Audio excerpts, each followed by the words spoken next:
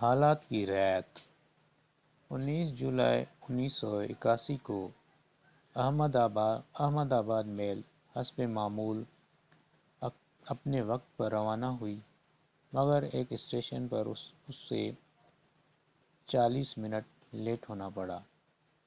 Train جب اس station سے آگے بڑھی تو ڈرائیور نے اس کو عام رفتار سے زیادہ تیز دوڑانا شروع کیا تاکہ وہ اپنے مقررہ وقت پر احمد آباد پہنچ جائے۔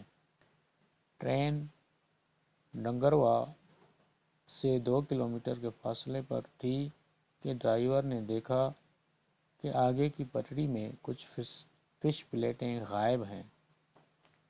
اس نے فوری طور پر بریک لگایا تاکہ ٹرین کو روک کر حادثے سے بچائے، مگر تیز دوڑتی ہوئی ٹرین اچانک بریک لگنے سے بے قابو ہو گئی۔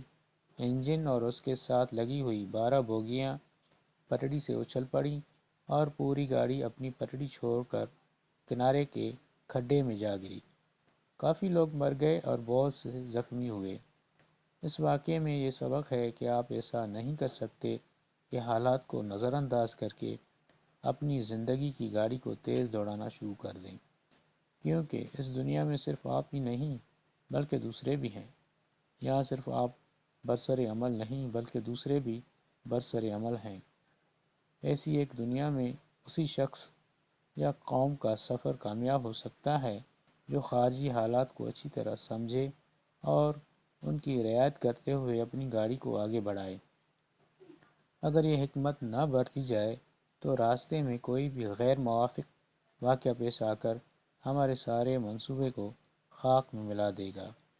موجودہ زمانے میں مسلمانوں نے بہت بڑے بڑے اقدامات کیے اور سب ناکام ہوتے چلے گئے۔ اس ناکامی کی توجہ ہر ایک کے پاس صرف ایک ہے: فلاں کی سازش نے ان کے منصوبہ کو ناکام بنا دیا۔ مگر یہ عذر صرف اس بات کا ثبوت ہے کہ مذکورہ اقدام میں حالات کی پوری رعایت شامل نہ تھی۔ خشک فہمی کے تحت اپنی گاڑی دوڑا دی گئی اور اس بات کا اندازہ نہیں کیا گیا کہ آگے کی پٹری پر ایک دشمن موجود ہے جو فش پلیٹ نکال کر ہماری گاڑی کو الٹنے کا خفیہ منصوبہ بنائے ہوئے ہے۔ گاڑی خواہ مکمل طور پر آپ کی ہو، مگر جس سڑک پر آپ کو اپنی گاڑی دوڑانی ہے وہ مکمل طور پر آپ کی نہیں۔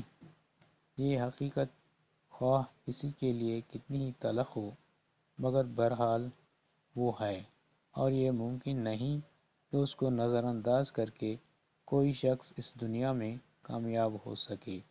جو لوگ اس حقیقت کو نظر انداز کرکے اپنی زندگی کی گاڑی دنیا کی سڑک پر دوڑائیں، ان کے حصے میں کبھی منزل نہیں آتی۔ واحد چیز جو اس دنیا میں ان کے لیے مقدر ہے وہ یہ کہ وہ اپنے ہر اقدام کے بعد ناکام ہوں اور پھر کسی نہ کسی سازش کا انکشاف کرکے اس کے خلاف فریاد کرتے رہیں۔